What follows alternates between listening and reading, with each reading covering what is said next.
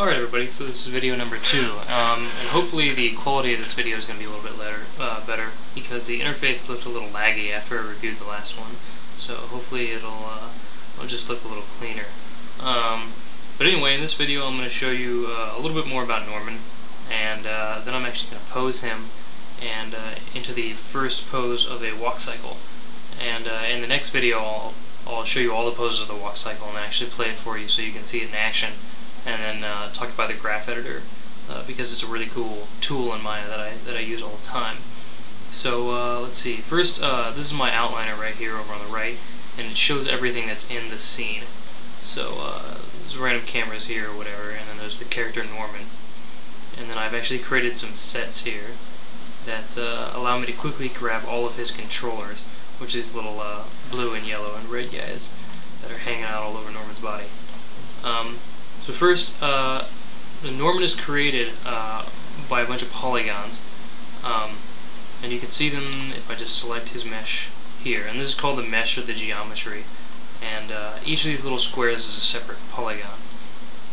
And a modeler will come in and they'll start with like a cube or something, and then they'll manipulate the cube and add more polygons to it and stuff, and then change the shape and everything until they get until they create their character, and that's their job. Modeler's job is just to create the geometry for the character. And then so I don't actually have anything to do with that as an animator. But after that's done, the modeler will give it to a rigger, and the rigger will create the skeleton that actually allows the geometry to move around. It actually allows me to animate it. So the skeleton I turn off while I'm animating, but I can show it right there, and there it is. It's this yellow and red and blue guys here.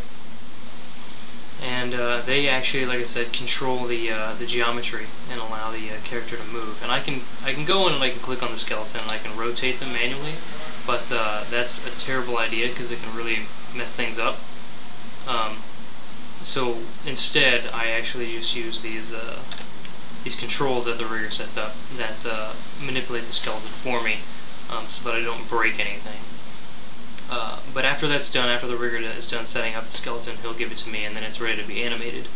So they'll usually give it to me in this thing called a T-pose, where it just, looks like this, where the character's standing straight up and his arms are straight out. And guess why they call it the T-pose? So yeah, that's Norman, and that's sort of the pipeline of how characters are created. And let's see, let's go ahead and just pose him here. So let me bring his arms back down. There we go.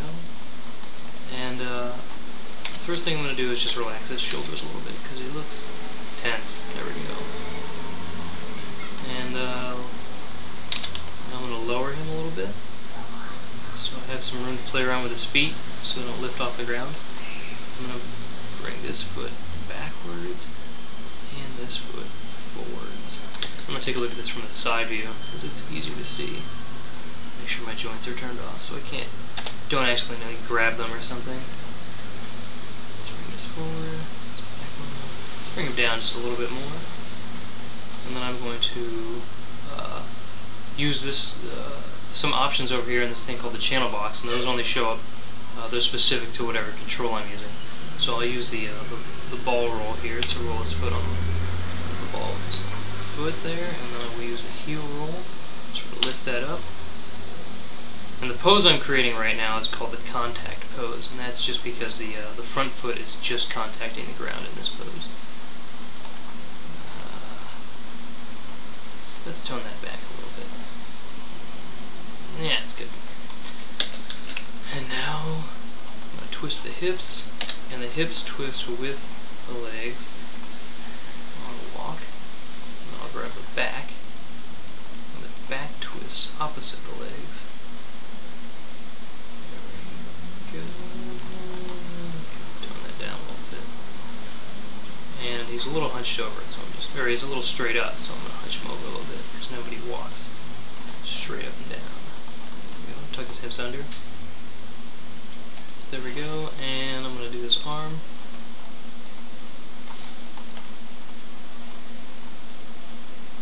Elbow. It's a little bit much.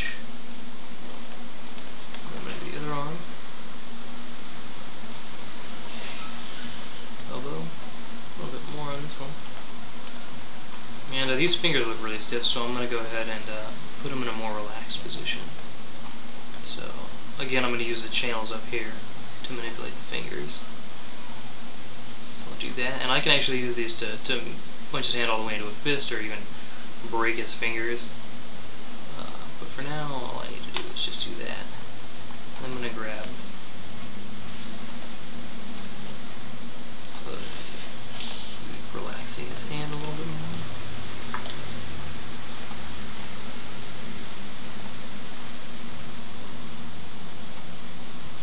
And a little bit more on the pinky.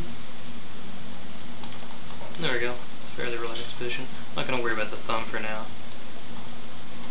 But fingers do need to be more relaxed. Otherwise they just look weird, you know?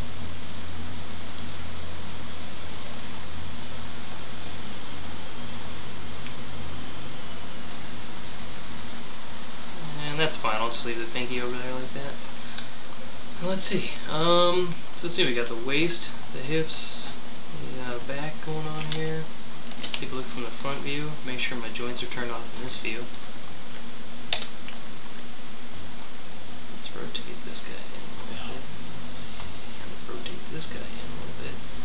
And move him out. So his arms are a little bit swinging back and to the side a little bit, which is pretty normal on a walk.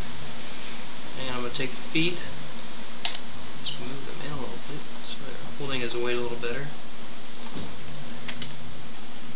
And there we go. Let's check the side view.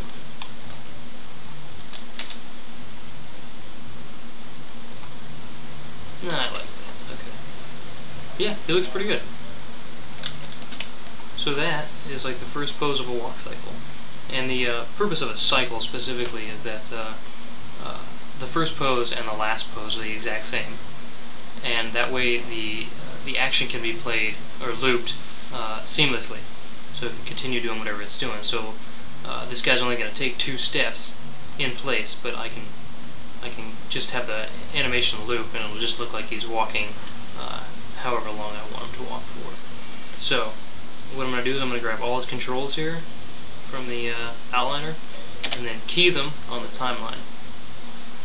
So as you can see, the little red bar shows up like I did in the last video, and I'm going to key it again over here at frame 24 because these are the same pose, and he's not going to do any moving here because nothing has changed. But so yeah, that's the first pose there, and I'm going to show you the rest of the pose in the next video. And yeah, that's it for now though. So alright, see you in a minute.